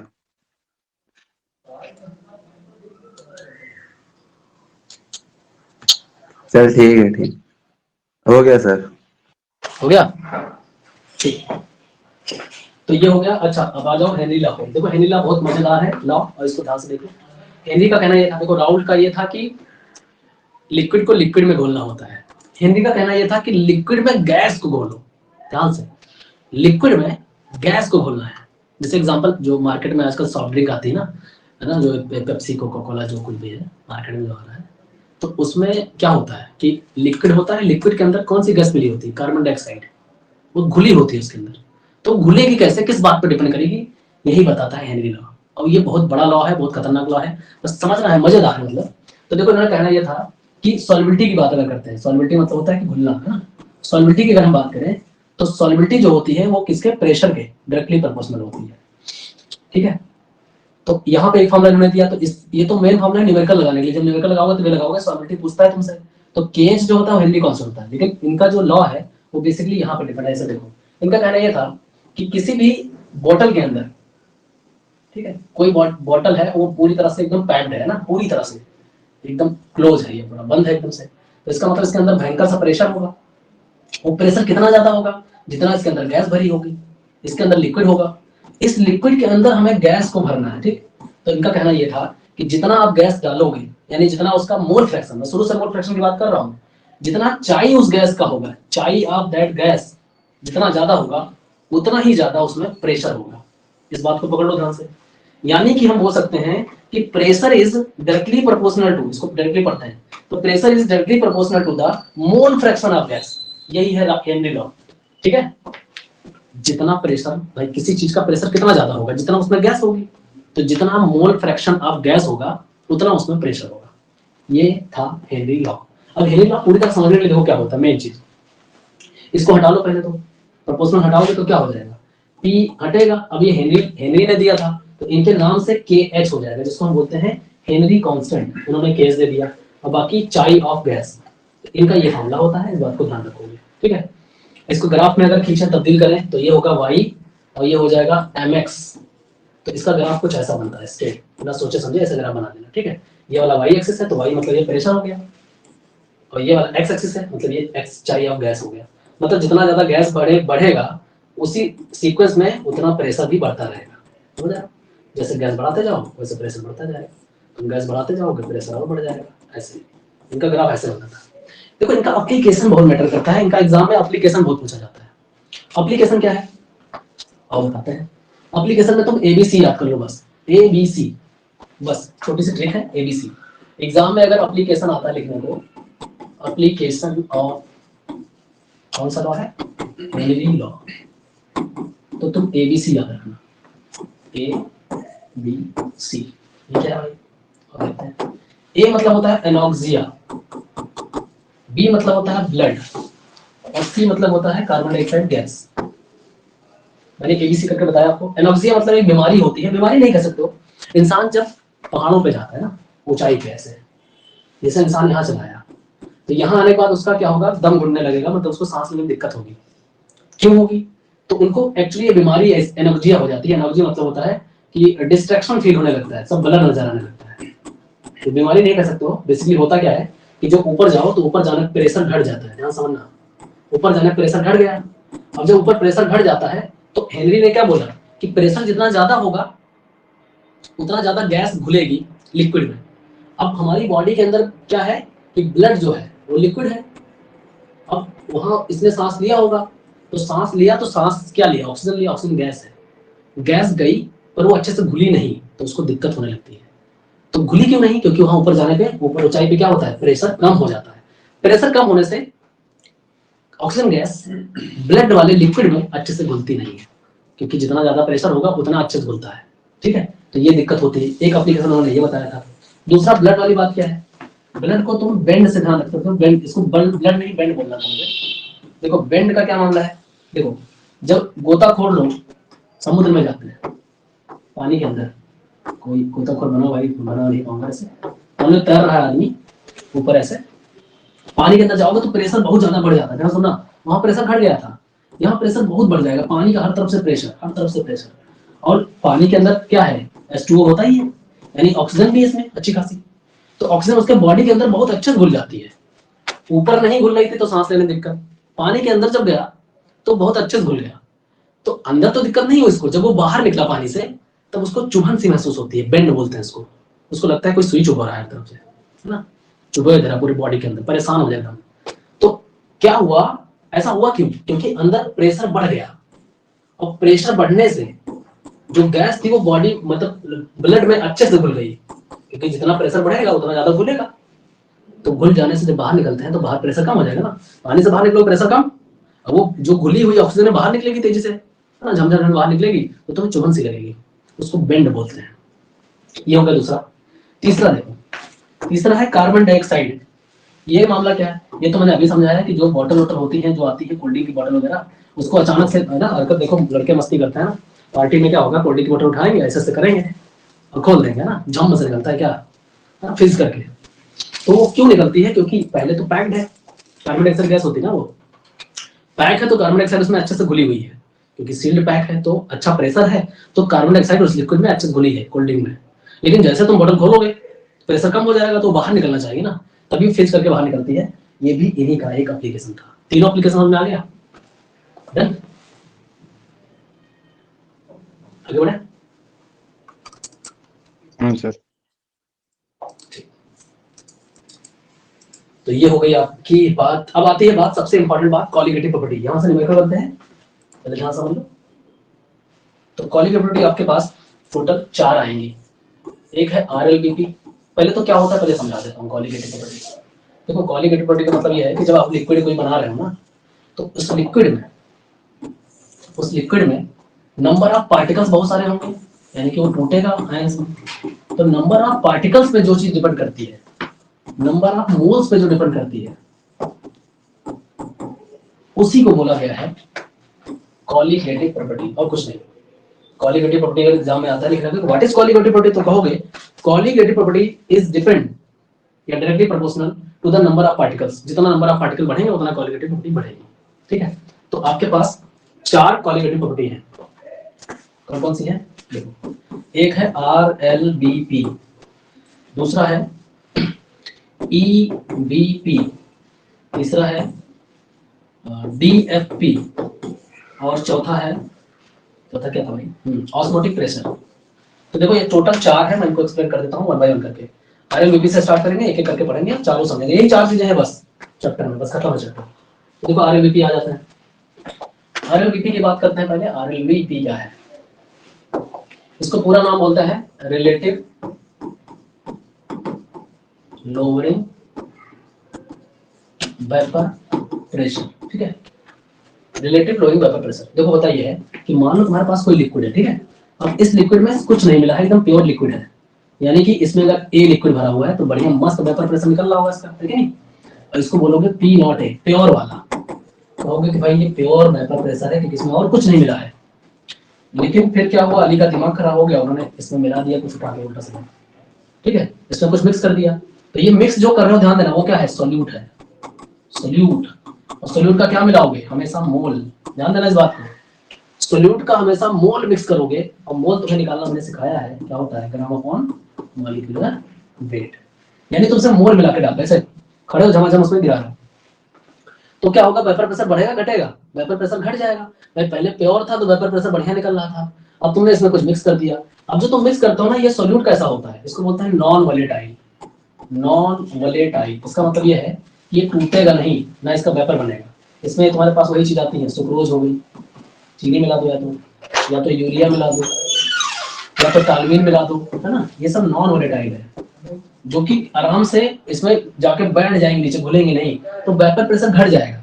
यानी बात ये हुई कि पहले तो प्योर था, फिर तुमने जब मिला दिया इसमें कुछ, तब वो प्योर नहीं रह गया, अब क्या हो गया, ये सॉल्यूशन बन गया ना, इसमें तो सॉल्यूट भी आ चुका है, तो ये हो गया, इसको बोलोगे, अब ये प्योर नहीं है तो इसको PA कहोगे, इसको कहोगे प्रेशर ऑफ सॉल्यूशन। अब सॉल्यूशन का वेपर प्रेशर PA हो चुका है। अब मैं मान लो स्टार्टिंग में P नॉट A जब प्योर था वो 100 था, ठीक है, मैं मान लेता हूँ 100 था। अब तुमने इसमें कुछ मिला दिया तो इसका वेपर प्रेशर 80 हो गया, घट गया ना, तो बताओ कितना घटा भाई, 100 में से 80 गया, 20 बचा। इसका मतलब यहाँ पे जो घट के आया मामला, उसको बोलते हैं लोअरिंग वेपर प्रेशर। कितना लोअरिंग हुआ, लोअरिंग वेपर प्रेशर कितना हो गया, 100 माइनस 80 यानी कि 20 घटा ना। तो ध्यान सुनना, 100 क्या था, ओरिजिनल वाला, यानी कि P नॉट में से मैंने क्या घटाया, मिक्स करने वाला, मिक्स करने के बाद वो PA है, तो इसको बोलते हैं लोअरिंग वेपर प्रेशर। अब रिलेटिव कब कहोगे, पहले वाले से उसको कंपेयर कर दो, मतलब कि उसको रिलेटिव कर दो। तो पहला वाला कौन सा था, P नॉट A ही तो था पहला वाला, तो नीचे P नॉट A कर दो, तो ये हो गया, ये वाला लोअरिंग वेपर प्रेशर हो गया, ये वाला हो गया लोअरिंग वेपर प्रेशर, और नीचे वाला हो गया ओरिजिनल वाला, मतलब उससे रिलेट कर दिया, इसलिए बोलते हैं रिलेटिव लोअरिंग वेपर प्रेशर। ये फॉर्मूला बन जाता है, और ये किसके बराबर होगा, ये उसी बराबर होगा जितना तुमने उसमें डाला है सॉल्यूट, यानी उसके चाई के बराबर होगा। बस यही फॉर्मूला होता है RLVP का, RLVP का मेन फॉर्मूला यही है, ठीक है। यानी कि कोई डिब्बा है, उस डिब्बे में कोई लिक्विड भरा है, तुम उसमें कुछ मिक्स कर रहे हो, तो जो उसमें मिक्स कर रहे हो उसी के हिसाब से वेपर प्रेशर घटेगा, जितना उसमें डालोगे ना। मान लो पहले बढ़िया भाप निकल रहा है, अब तुम उसमें भर दोगे उठा के एकदम ढेर सारा, जितना भर दोगे उतना वेपर प्रेशर घट जाएगा, क्लियर है। तो RLVP में घट जाता है वेपर प्रेशर, ठीक है ना, ये है RLVP। सिंपल सी बात है यार, कि मान लो कोई लिक्विड है, उसमें वेपर बढ़िया बन रहा है, आप टेम्परेचर दे रहे हो, कुछ मिला दोगे तो वेपर कम हो जाएगा, भाप बनना कम हो जाएगा, ये बात। चलो आगे देखो, अगला है EVP। EVP क्या है, elevation in boiling point. Elevation in boiling point का मतलब क्या है, इसका मतलब ये है कि मान लो कोई लिक्विड है ना, अब ये लिक्विड स्टार्टिंग में प्योर है, कुछ नहीं इसमें, तो ये कितने पे उबलेगा, ये ओरिजिनल होगा ना, इसका बॉइलिंग पॉइंट ओरिजिनल होगा, PV नॉट, मतलब कि हम बोलेंगे original boiling point, original boiling point. ये मान लेता हूँ कितना है, 100, पानी है तो 100 मान लेते हैं, 100 पे तो उबलता है पानी, तो 100 पे उबल रहा था। जरा मुझे बताओ, अगर इसमें मैंने कुछ मिक्स कर दिया, यानी अगले वाले केस में हमने इसमें कुछ मिला दिया है, ठीक है, इसमें मिलाने के बाद ये सॉल्यूशन, अब तो सॉल्यूशन बन चुका है, पहले प्योर था, अब ये सॉल्यूशन बन चुका है, इसमें हमने सॉल्यूट मिला दिया। क्या मिलाओगे, हमेशा ध्यान रखोगे, सॉल्यूट मिलाओगे, और सॉल्यूट का क्या मिलाओगे, हमेशा मोल मिलाओगे, मोल, ठीक। तुमने सॉल्यूट के मोल इसमें डाले तो ये सॉल्यूशन बन गया। पहले तो ये प्योर सॉल्वेंट था ना, ये पहले बढ़िया मस्त सॉल्वेंट था, इसमें कुछ था ही नहीं, पहले बेचारा प्योर था, अब इम्प्योर हो गया। इम्प्योर को तुम्हें दिखाना है TB से, ध्यान देना, TB मतलब बॉइलिंग पॉइंट ऑफ सॉल्यूशन। अब इसमें मिल गया है, तो पहले पानी 100 पे उबल रहा था, अब अगर तुम इसमें कुछ मिला दोगे, अब टोटल उबालोगे तो क्या 100 पे उबलेगा, कोई बताओ मुझे। पहले 100 पे पानी उबल रहा था, फिर तुमने उसमें कुछ मिला दिया, अब पानी 100 पे उबलेगा, मतलब जो सॉल्यूशन है वो कितने पे उबलेगा, ज्यादा पे उबलेगा कम पे, जल्दी बताओ। बॉइलिंग पॉइंट बढ़ेगा घटेगा, सर बढ़ेगा सर। वेरी गुड, यानी सॉल्यूशन का बॉइलिंग पॉइंट बढ़ जाएगा। इसीलिए इसको बोला गया है ईबीपी, यानी कि एलिवेशन हो गया, एलिवेशन मतलब बढ़ गया, एलिवेशन इन बॉइलिंग पॉइंट, यानी कि बॉइलिंग पॉइंट बढ़ गया। सही है, तो इसका मतलब ये हुआ कि ये पक्का 110 पहुंच गया, मान लो, मैं मान लेता हूँ, अभी तो मैं मान रहा हूँ, बाकी क्वेश्चन में दे रखा होगा। तो 100 से 110 हो गया, तो बढ़ा कितना, 110 से 100 माइनस करोगे ना, यानी टीबी में से टीबी नॉट माइनस करना पड़ेगा, तब तुम्हें मिलेगा टीबी माइनस टीबी नॉट, इसको नॉट पड़ता है, ठीक है, इक्वल्स टू, इसको हम लिखते हैं डेल्टा टीबी, डेल्टा टीबी। ये कितना आया, पहले 110 सॉल्यूशन का हो गया, पहले 100 था, कितना आ गया, 10 आ गया, इसका मतलब 10 जो है बढ़ जाएगा। तो ये जो डेल्टा टीवी है ना, इसी को बोला जाता है ईबीपी। कितना बढ़ा, 10 बढ़ गया। तो ये भाई साहब ध्यान रखो कि आपका जो फाइनल फॉर्मूला बनता है यहाँ से वो ऐसा कुछ बनेगा। टीबी मतलब सॉल्यूशन का बॉइलिंग पॉइंट, टीबी नॉट मतलब ओरिजिनल था, और डेल्टा टीएफ का मतलब ये हो गया कितना बढ़ा, यानी कि ईबीपी कितना हुआ। तो क्वेश्चन में जब ईबीपी दे रखा होगा तो कितना कहोगे। तो सारी कहानी टीबी टीएफ पे डिपेंड करती है, टीएफ में क्यों ले रहा हूं भाई, टीबी है तो टीबी है, ठीक।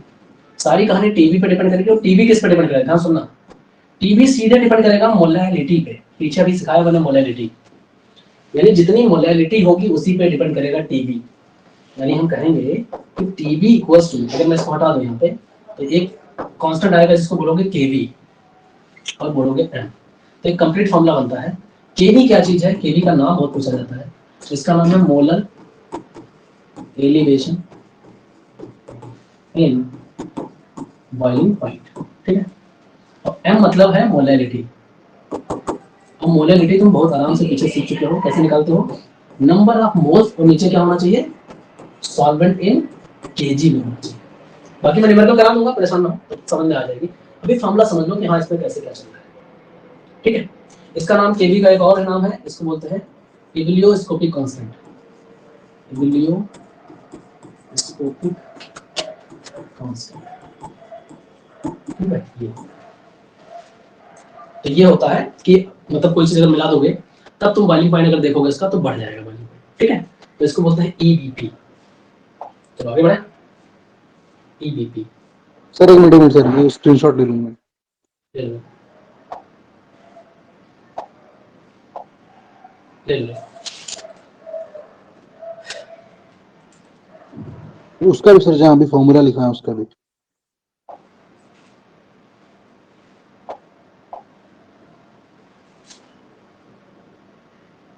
थोड़ा 10-5 मिनट क्लास ऊपर नीचे होगी, बाकी चैप्टर खत्म कर लो आराम से ना। ठीक सर, हो गया। चलो आगे आ जाओ, ईबीपी की बात कर लेते हैं, ईबीपी हो गया। डीएफपी की बात करते हैं, DFP depression in freezing point, ये क्या होता है, अब ध्यान सुनना। डिप्रेशन इन फ्रीजिंग पॉइंट का मतलब ये हुआ कि मान लो हमारे पास कोई लिक्विड है, कोई लिक्विड क्या, पानी चल रहा है, वो ले लेते हैं, पानी भरा हुआ है, तो पानी प्योर है, अभी प्योर मतलब कि ये टी नॉट है, तो इसको कितने फ्रीज कराओगे, यहाँ पे फ्रीजिंग करके बात कर रहे हैं, पक्का ये 0 फ्रीज हो जाएगा, पानी तो 0 फ्रीज होता है। आप बताओ मुझे, कोई बताएगा जल्दी, अगर मैंने इसमें कुछ मिला दिया तो अभी कितने फ्रीज होगा, ज्यादा फ्रीज होगा कम पे होगा, मैंने इसमें कुछ और मिक्स कर दिया, ठीक है। तो अब ये सॉल्यूशन बन चुका है, मतलब ये TF बन चुका है, ये सॉल्वेंट था, ध्यान देना, दिस इज प्योर सॉल्वेंट, और ये हो गया सॉल्यूशन, मिक्स हो गया ना इसमें। तो मुझे कोई बताओ, क्या सॉल्यूशन जो है क्या वो 0 से ज्यादा पे फ्रीज होगा कि कम पे फ्रीज होगा, सर कम पे होगा। कम पे फ्रीज होगा, इसका मतलब इसका डिप्रेशन हो गया ना, इसीलिए इसको बोलते हैं depression in freezing point, depression in freezing point मतलब ये डिक्रीज हो गया, मतलब अब ये पक्का नेगेटिव में चला जाएगा। तो मान लो ये 0 पे फ्रीज हो रहा था, मान लो ये -5 पे फ्रीज हो रहा है ना, तो इसका मतलब ये हुआ कि ये डिक्रीज हो गया। अब ये बताओ बड़ी वैल्यू कौन सी है, ये वाली कि ऊपर वाली, कौन बताएगा, टी नॉट बड़ी वैल्यू है कि टीएफ बड़ी वैल्यू है, पी नॉट बड़ी वैल्यू है। हाँ, तो यानी हम बड़ी से छोटी माइनस करते हैं, तो इस बार लिखेंगे टी नॉट एफ, देखो पीछे उल्टा था, पीछे था टीबी माइनस टीबी नॉट, यहाँ उल्टा है TB naught F minus TB, sorry TB नहीं टीएफ। देखो टीएफ तब लिखोगे जब फ्रीजिंग की बात होगी, टीबी तब लिखोगे जब बॉइलिंग की बात होगी, तो इसको हम डेल्टा टीएफ लिखेंगे, तो यानी बात ये आई कि TF नॉट कितना है 0 माइनस ये कितना है -5, तो कितना आ जाएगा डेल्टा TF सिर्फ 5 आ जाएगा। इसका मतलब इतना नीचे जा चुका है टेम्परेचर, यानी कि डिप्रेशन इन फ्रीजिंग पॉइंट कितना हो गया 5 डिक्रीज हो गया है। तो क्वेश्चन जब पढ़ना ना बहुत ध्यान देना कि कौन सी चीज दे रखी है, क्वेश्चन में लंबी लाइन लिखी होती है, हमें समझना पड़ता है कि कौन सी चीज किसमें मिक्स की गई। तो वो क्वेश्चन में TF क्या है हमारा, TF नॉट क्या है हमारा, डेल्टा TF क्या है हमारा, एक एक चीज समझनी पड़ेगी। ये सॉल्यूशन का है, पूरा डिप्रेशन हुआ है, और ये पूरा सॉल्यूशन का है, और ये प्योर वाले का था, ठीक है। अब यहाँ पे फॉर्मूला जो बनेगा वो क्या फॉर्मूला बनेगा, बिल्कुल वैसा ही बनेगा। देखो तो डेल्टा TF जो है वो किस पे डिपेंड करेगा, डायरेक्टली प्रोपोर्शनल टू मोलैरिटी पे डिपेंड करेगा। वहां भी मोलैरिटी पे डिपेंड करता था, तो डेल्टा TF इक्वल्स टू, अगर हटाओगे इसको तो यहाँ पे KF आएगा, वहां पे K भी आया था, यहाँ KF आया, ये फॉर्मूला बनेगा तुम्हारा। अब इसका नाम सुन लो, KF का नाम क्या क्या है, पीछे नाम था molar in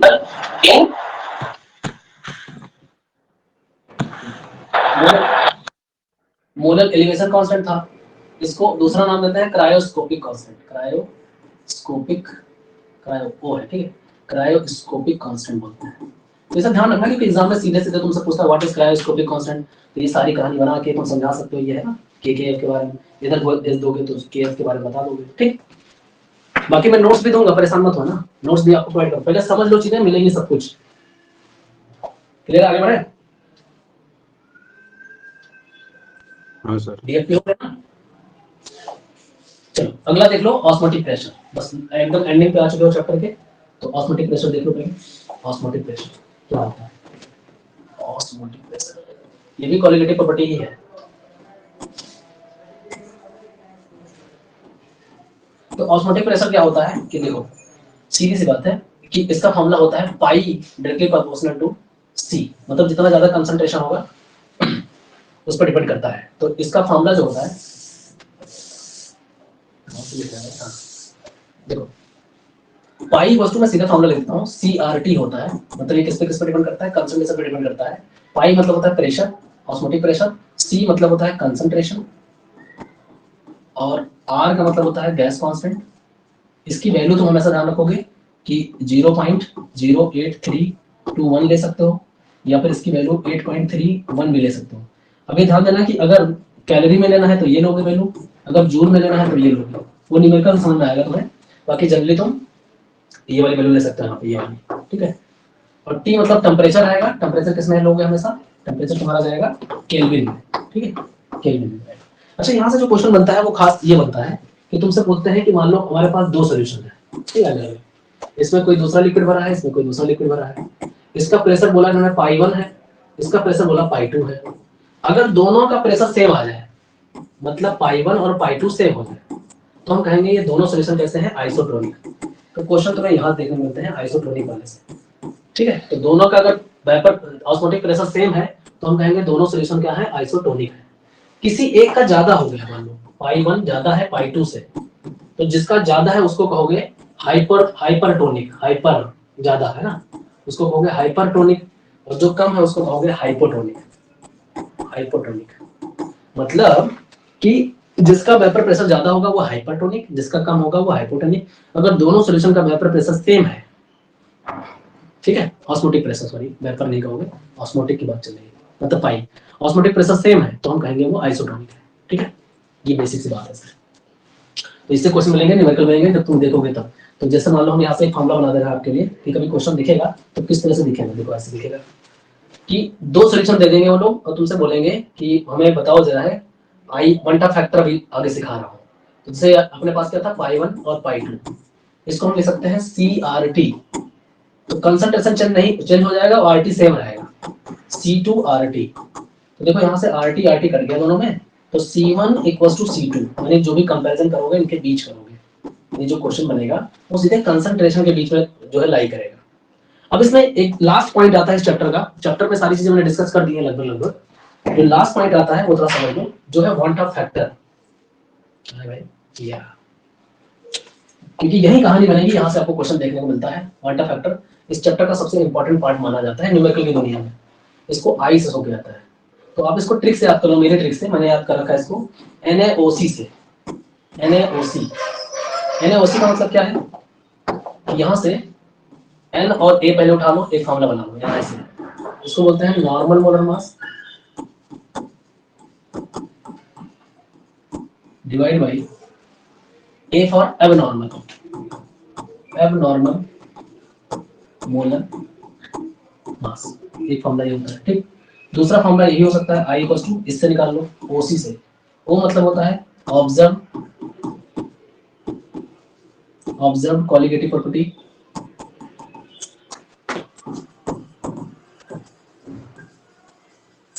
divide by C से हो जाएगा कैलकुलेटेड क्वालिटेटिव प्रॉपर्टी, ये फॉर्मूला ये बन सकता है। ठीक है, बाकी जनरली आई का मतलब ये होता है कि number of particles after dissociation और association divide by number of particles before dissociation association. इसका मतलब क्या हुआ कि देखो ये तीन, इसको इतने फॉर्मूले से लिखा जाता है। अब ये सब चीजें लिखे मान लो एग्जाम में आ सकता है, टिक करने में आ जाता है, बाकी ऐसे याद रखना है NaOC। ठीक है, बाकी इन जैसे नंबर ऑफ पार्टिकल्स की बात कर रहे हैं। क्वांटम फैक्टर में जो खास बात है वो समझो जरा।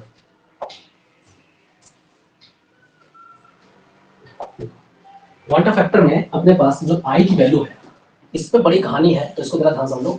इनका मतलब ये होता है कि अगर हम किसी चीज को पानी में घोलें या उसका टुकड़ा करें, है ना, तो वो टूटने के बाद कितने पार्टिकल्स हुए उसके, जैसे NaCl को अगर तोड़ोगे तो NaCl इसमें टूटेगा, Na+ और Cl- में टूटेगा। इसका मतलब ये हुआ पहले कितना मोल था इसका, 1 मोल था, बाद में कितने हो गए टूट के, 2 हो गए। तो आई की वैल्यू क्या लिखोगे, आई की वैल्यू मतलब आफ्टर डिसोसिएशन कितने हुए, 2, उसको लिख दो नीचे। पहले कितना था 1, तो ये आई की वैल्यू कितनी आ गई, 2। इसी को बोलते हैं क्वांटम फैक्टर। ठीक है, 2 आ गया। तो यहाँ पे मैं कुछ लिख के दिखा रहा हूँ, आपको याद रखना है कि कैसे टूटता है, क्या होता है। जैसे देखो ध्यान से बताओ, जैसे मान लो मैं बोलूँ कि H2SO4 बताओ, इसमें आई की वैल्यू कितनी आएगी, तो कहोगे सर ये टूटेगा किसमें, 2H+ और कहोगे SO4 2- में टूटेगा। तो पहले 1 था, बाद में कितने हुए, 2 इसके टूटे, 1 इसका टूटा, 3 हो गए। तो आई की वैल्यू कितनी हो जाएगी आफ्टर डिसोसिएशन 3, पहले कितना था 1, तो आंसर आ गया 3। आई की वैल्यू ऐसे आती है। ठीक, जैसे मैं कहूँ कोई मुझे आंसर करके बताओ Al2SO4 3, इसके कितने आई की वैल्यू कितनी आएगी, जल्दी बताओ।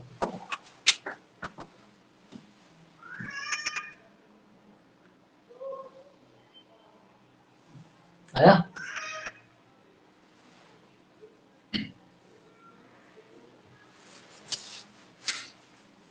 आया किसी का, चलो बता दो, बेटा तुम्हें इसको 5 आएगा क्या सर? है 5, 5। अब बात सही है, करेक्ट है, बिल्कुल सही है भाई। ये टूटेगा तो ऐसे टूटेगा ना, देखो जरा, ये टूटेगा 2Al+3, एल्यूमिनियम टूटेगा 2 पार्ट में और ये टूटेगा 3 पार्ट में, 3SO4 2-, यानी कि आफ्टर डिसोसिएशन 2 3 5 हो गया, अब पहले 1 था। तो तुम्हें आई की वैल्यू ऐसे निकालनी होती है, इसी को क्वांटम फैक्टर बोलते हैं। अब जो पूरी तरह टूट जाए ना, उसको बोलते हैं उसका अल्फा 100% है, यानी वो पूरी तरह डिसोसिएट हो चुका है, एकदम टुकड़े टुकड़े हो गए हैं। ठीक है, तो यहाँ पे बात आती है कि अल्फा जिसका 100% है, तो उसमें तो आई की वैल्यू तुम ऐसे निकाल लोगे, लेकिन जिसका पूरी तरह डिसोसिएशन नहीं होता है वो कैसे निकलता है। तो देखो यहाँ पे एक केस लिख लो, पहला नंबर, कि हो सकता है कि कोई चीज टूट जाए, जैसे मान लो मैंने ये बोला कि NaCl भाई साहब था, NaCl पूरी तरह टूट गया, ये देखो NaCl पूरी तरह बिखर गया था, क्या बन गया था, Na+ और Cl-, यानी इसका पूरी तरह हो गया डिसोसिएशन। ठीक है, अच्छा अभी तो आगे पढ़ोगे कि ऐसा होगा कि CH3 मान लो COOH के साथ मिक्स हो जाए। ठीक है, तो ये आगे चल के टूटेगा नहीं सॉल्यूशन के अंदर, ये 2 के साथ जुड़ जाएगा और जुड़ करके ये ऐसा बना लेगा, देखो CH3 COOH ऐसा बन जाएगा। यानी तुमने पहले 2 मोल्स डाले थे उसमें सॉल्यूशन के अंदर, लेकिन वो दोनों जुड़ करके एक बन गए, यानी इनका हो गया एसोसिएशन। और कुछ ऐसे देखने मिलेंगे, जैसे मान लो हमने ये डाला C6H12O6, जिसको हम बोलते हैं क्या बोलते हैं, ग्लूकोज। इसको जब डाला गया पानी के अंदर या किसी चीज में, तो ये ऐसा ही रहेगा, कोई फर्क ही नहीं पड़ा इसमें, C6H12O6। मतलब इसका ना तो dissociation, neither dissociation nor association, कुछ नहीं हुआ इसका मतलब ये यहाँ पे समझो, मैं बताना क्या चाह रहा हूँ कि जिसमें डिसोसिएशन होता है उसमें आई की वैल्यू बढ़ जाती है, एक से ज्यादा होती है, ये बहुत पूछा जाता है एग्जाम में। और जिसमें एसोसिएशन होता है उसमें आई की वैल्यू एक से कम हो जाती है, और जिसमें कुछ नहीं होता उसमें आई की वैल्यू 1 आती है। ठीक है, तो यहाँ से क्वेश्चन बहुत पूछा जाता है, आई की वैल्यू ग्रेटर देन 1 है तो कहोगे डिसोसिएशन हुआ है, टूट गए, मतलब आई की वैल्यू लेस देन 1 है मतलब एसोसिएशन, मतलब टूटा नहीं, आपस में जुड़ गए। आई की वैल्यू 1 है ना तो डिसोसिएशन ना तो एसोसिएशन, ऐसे ही पड़ा हुआ है लिक्विड उसमें, लिक्विड में जैसे तुमने बोला है। ठीक है, तो क्वांटम फैक्टर की बात हो रही है। अब सुनो लास्ट पॉइंट ये है कि यहाँ पे बात आती है डिसोसिएशन और एसोसिएशन की, कि हो सकता है कि लिक्विड में तुमने अगर कुछ डाली है तो वो टूटा हो, तो वो टूटेगा तो आराम से उसमें कैटेगरी आ सकती है, या तो पूरी तरह टूट जाएगा तो अल्फा कहोगे 100%, हो सकता है पूरी तरह ना टूटे, तो हो सकता है वो 50%, 20%, 30% ऐसे बोले क्वेश्चन में। तो कहानी क्या सुनो यहाँ से, जैसे मान लो मैं कहूँ कि HNO3 मान लो टूटा, तो ये टूटेगा H प्लस और NO3 माइनस में टूटेगा। तो यहाँ पे आपको कैसे निकालना है आई, देखो ध्यान से, पहले जितना इसका मोल है इसको 1 मोल मान लो, यहाँ पे जितना दे रखा है तो 1 मान लो है ना। तो स्टार्टिंग में इसका ये टूटा नहीं, मान लो 0 है, थोड़ी देर बाद इसमें से मान लो टूटा अल्फा टूट के निकल गया, तो जो अल्फा टूटेगा वो अल्फा यहाँ पे जो नंबर लिखा हुआ उसी के रिस्पेक्ट में बनेगा। अगर यहाँ पे कुछ नहीं है तो अल्फा बनेगा, यहाँ 1 है तो अल्फा बनेगा, अगर यहाँ 2 लिखा होता तो ये 2 अल्फा बनता, समझ रहे हो। यहाँ अगर 3 लिखा होता तो 3 अल्फा बनता, यानी उतने पार्ट में टूटेगा। तो तुम आई की वैल्यू निकालो कैसे, अब टूटने के बाद देखो ये सारी चीजें ऐड कर लो, सबको ऐड कर लो फटाक से, तो ऐड करोगे तो कैसे आएगा 1 माइनस अल्फा ये प्लस 2 अल्फा प्लस 3 अल्फा, सबको हमने ऐड कर दिया। अब अपॉन पहले कितना था, पहले तो 1 था ना, अपॉन 1 कर दो। इस केस में तुम ऐसा निकालना है, तो आई की वैल्यू देखो तुम्हारी क्या आ जाएगी, यहाँ से देखो 2 3 5 अल्फा, 5 में से 1 चला गया, बचा 4 अल्फा, यानी कि 1 प्लस 4 अल्फा।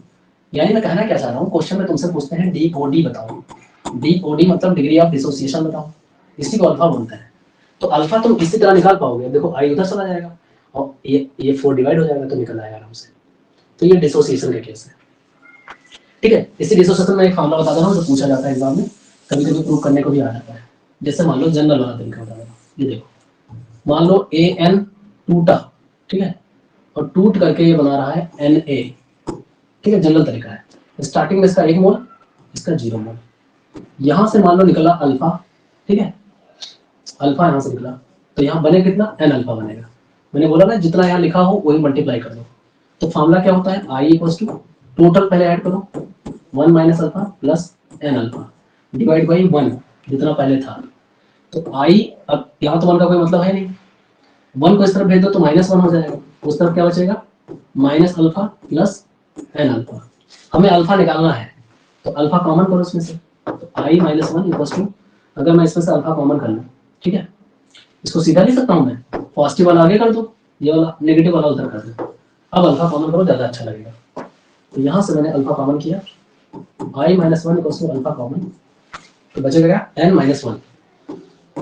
अब अल्फा निकालोगे इधर तो ये पूरी वैल्यू आके नीचे इधर डिवाइड हो जाएगी, मतलब I minus 1 divide by N minus 1। ये फॉर्मूला प्रूव करने को कई बार आ चुका है, एग्जाम में आ जाता है। ठीक है, ये डिसोसिएशन के केस में है।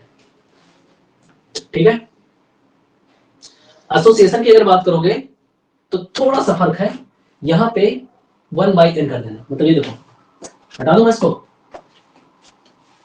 बस लास्ट है एकदम खत्म होने वाला, 2 मिनट और, ठीक। देखो एसोसिएशन के केस में मान लो ये होता है कि मान लो कुछ आपस में मिक्स हुए, कई मॉलिक्यूल मिक्स हुए और उसने AN बना लिया, उस केस में तुम इसका 1 मोल मानोगे, पहले 0 मानोगे। यहां से अगर मान लो अल्फा गया, ठीक है, तो यहाँ अल्फा बाई n बनेगा, वही चीज जो मल्टीप्लाई हुई थी वो चीज इधर आके डिवाइड में कर दो। अब सबको ऐड करोगे तो 1 minus alpha plus alpha by n upon 1 का कोई मतलब है नहीं, I की वैल्यू आएगी। अब इसको सॉल्व करो तो 1 इधर दे दो तो I माइनस 1 इक्वल्स टू, यहाँ से अल्फा कॉमन कर लो, तो अल्फा जब कॉमन करोगे तो 1/n वैल्यू पॉजिटिव वाली आगे बचेगी, नेगेटिव वाली उधर चली जाएगी। इसको पूरा डिवाइड कर दो इस तरफ, तो तुम्हारा अल्फा निकल के आ जाएगा n माइनस 1 डिवाइड बाई ये पूरी वैल्यू, n नहीं है सॉरी I है ना, I minus 1 divide by 1/n minus 1। देखो थोड़ा सा उस फॉर्मूले में फर्क है, ये एसोसिएशन का केस है। एसोसिएशन में ये फॉर्मूले में 1/n आ रहा है, जबकि डिसोसिएशन में यहाँ आ रहा था alpha equals to i minus 1 divide by n minus 1 आ रहा था। थोड़ा सा फर्क है, देख लो, ये डिसोसिएशन में n है, एसोसिएशन में 1/n है।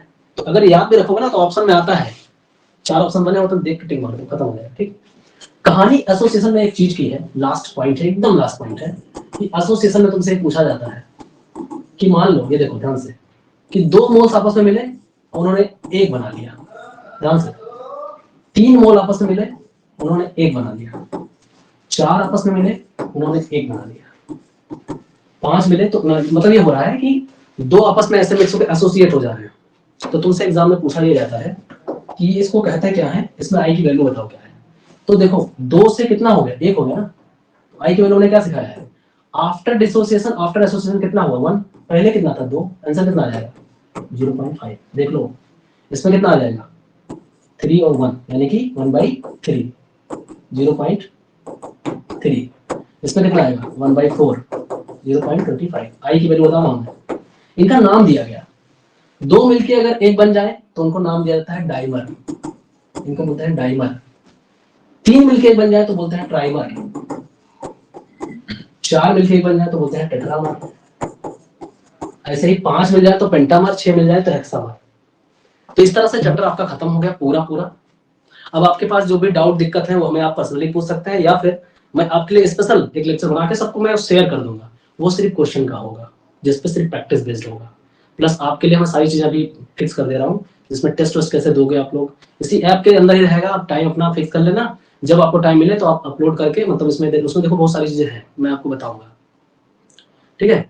तो उसमें आपको क्या करना है कि उसमें सब सबमिट कर देना है, कभी जो टाइम मिले निकल करके कर दोगे, मैं यहाँ पे चेक करके आपको वो भेज दूंगा, ठीक है। तो क्लास खत्म की जाए, समझ में आ गया, किसी को कोई डाउट दिक्कत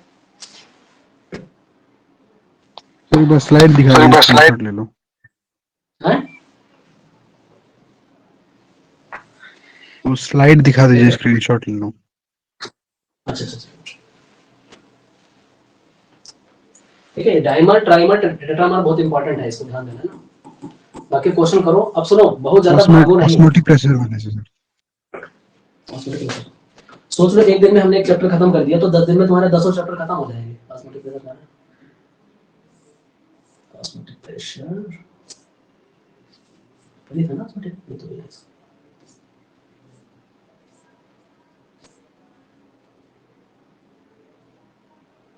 ऑस्मोटिक तो उड़ गया यार, उसे समझ लेना चाहिए तुमको, है ना, तो हटा दिया मैंने, स्लाइड में नहीं है कहीं। कोई नहीं, लेक्चर मिल जाएगा तुमको, लेक्चर मिल जाएगा, इसको देख लेना। वो सबसे आखिरी वाला जो कराया था ना, वो दिखा दीजिए, वन ऑफ जो था। क्वांटा फैक्टर देखो, क्वांटा फैक्टर मैंने एक तो ये बताया, एसोसिएशन डिसोसिएशन का ये। हाँ ये हो गया वो, तो इसके बाद में जो था वन ऑफ वाला ये वाला देख लो, सबसे आखिरी में है वो स्लाइड, वो वाली ही तो सब कर लिए। ये वाली ना, ये वाला नहीं सर, वन ऑफ वाला जो सबसे आखिरी में था, जो आप बोले बहुत इंपॉर्टेंट है, सबसे आखिरी में क्वांटा, ये हाँ ये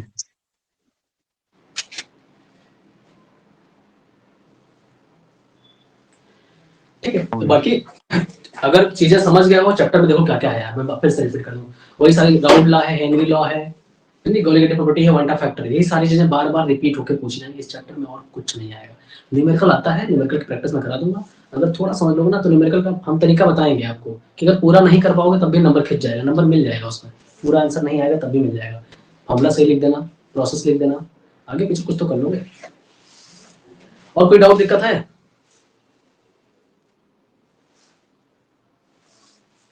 सभी लोग मैसेज में, टेक्स्ट में मैसेज कर दो कि यहाँ क्लास का फीडबैक क्या रहा है और क्या क्या चीजें होनी चाहिए, वो मैं कर दो। क्लास कैसी रही है, समझ में आई चीजें, और किस चीज की जरूरत है, किसी को डाउट दिक्कत है तो वो उसमें टेक्स्ट में कर दो, मैं देख लूंगा, है ना। बाकी उसको नेक्स्ट वाली क्लास में करूंगा। बाकी अभी सारी चीजें अपडेट कर दे रहा हूँ मैं कि कौन सी क्लास कब होगी। शायद कल आपकी फिजिक्स क्लास होगी, ठीक है।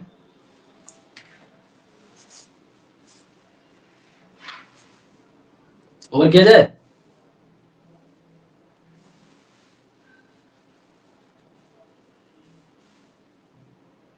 हाँ सर ठीक है सर, जय हिंद जय भारत। जय हिंद। ठीक है अली? यस सर, हो गया सर, बोलोगे? Thank you. पढ़ लो, 10 दिन की बात है, 10 दिन की बात है, पढ़ लो, बहुत मारे जाओगे। ठीक है, ठीक है। 10 दिन पूरा कर रहा हूँ 10 दिन के अंदर। जी सर जी। ठीक है दीपिका, समझ में आया? ठीक है सर, जय हिंद जय Bharat, good night. Bye, good night. ठीक है अली बाबू। दीपिका हो? ठीक ठीक है सुमित। Deepika yes sir. दीपिका आवाज आ रही?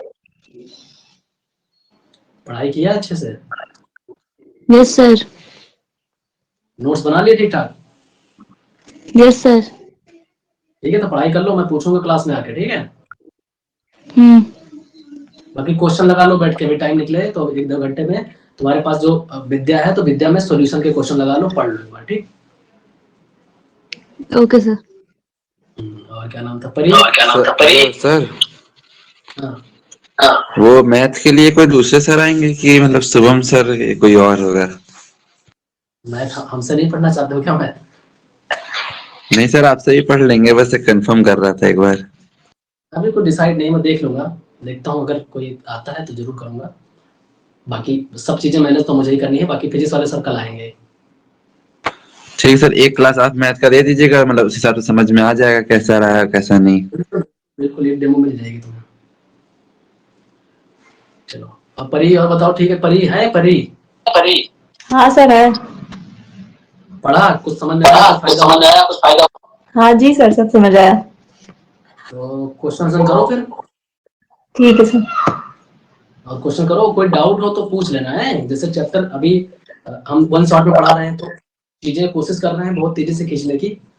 बाकी अगर कोई चीज लगती है अप डाउन, कुछ नहीं समझ में आता है, तो वो तुम उसमें बता देना मुझे मैसेज में। और अपने डाउट्स लगातार पूछते रहो।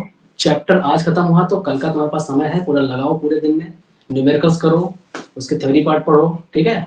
उसके बाद हमसे पूछो। चैप्टर लगातार साथ ही साथ चलने दो, खत्म होने दो ना। तो 1 महीने का टारगेट है अपना, 1 महीने में तुम्हारा सारा सिलेबस खत्म हो जाएगा, सब रिवीजन हो जाएगा। और बाकी न्यूमेरिकल वगैरह लग जाते हैं कि नहीं?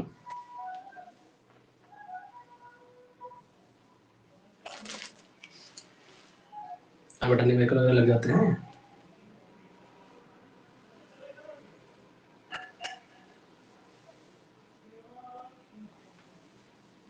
चलो ठीक है, ओवर कर देते हैं। बाकी क्लास का अपडेट मिल जाएगा बाद में। चलो बाय, गुड नाइट बेटा।